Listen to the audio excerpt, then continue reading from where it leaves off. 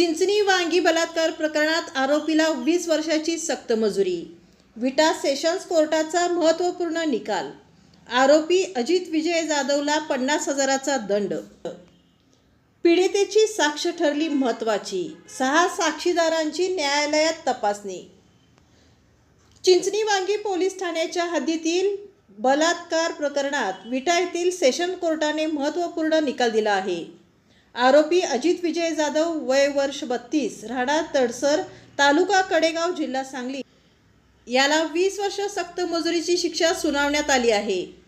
तसेच न्यायालयाने आरोपीला 50,000 रुपये दंड आणि दंड न भरल्यास 6 महिने साधा कारावास अशी शिक्षा सुनावली आहे।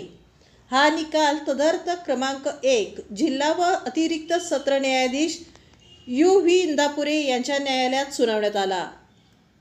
पोलिसांनी दिलेल्या माहितीनुसार 2 सप्टेंबर 2022 ते 27 जानेवारी 2023 या कालावधीत आरोपीने पीडितेला जीवे मारण्याची भीती दाखवून तिच्यावर अत्याचार केल्याचा आरोप होता।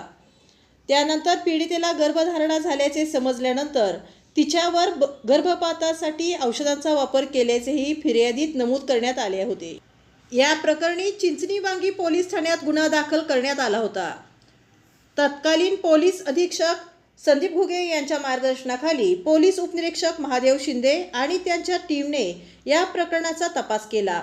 या खटल्यात एकूण 6 साक्षीदारांची साक्ष नोंदवण्यात आली, तर पीडितेची साक्ष न्यायालयाने ग्राह्य धरत आरोपीला दोषी ठरवले। सरकारी अभियोक्ता म्हणून विनायक देशपांडे यांनी काम पाहिले।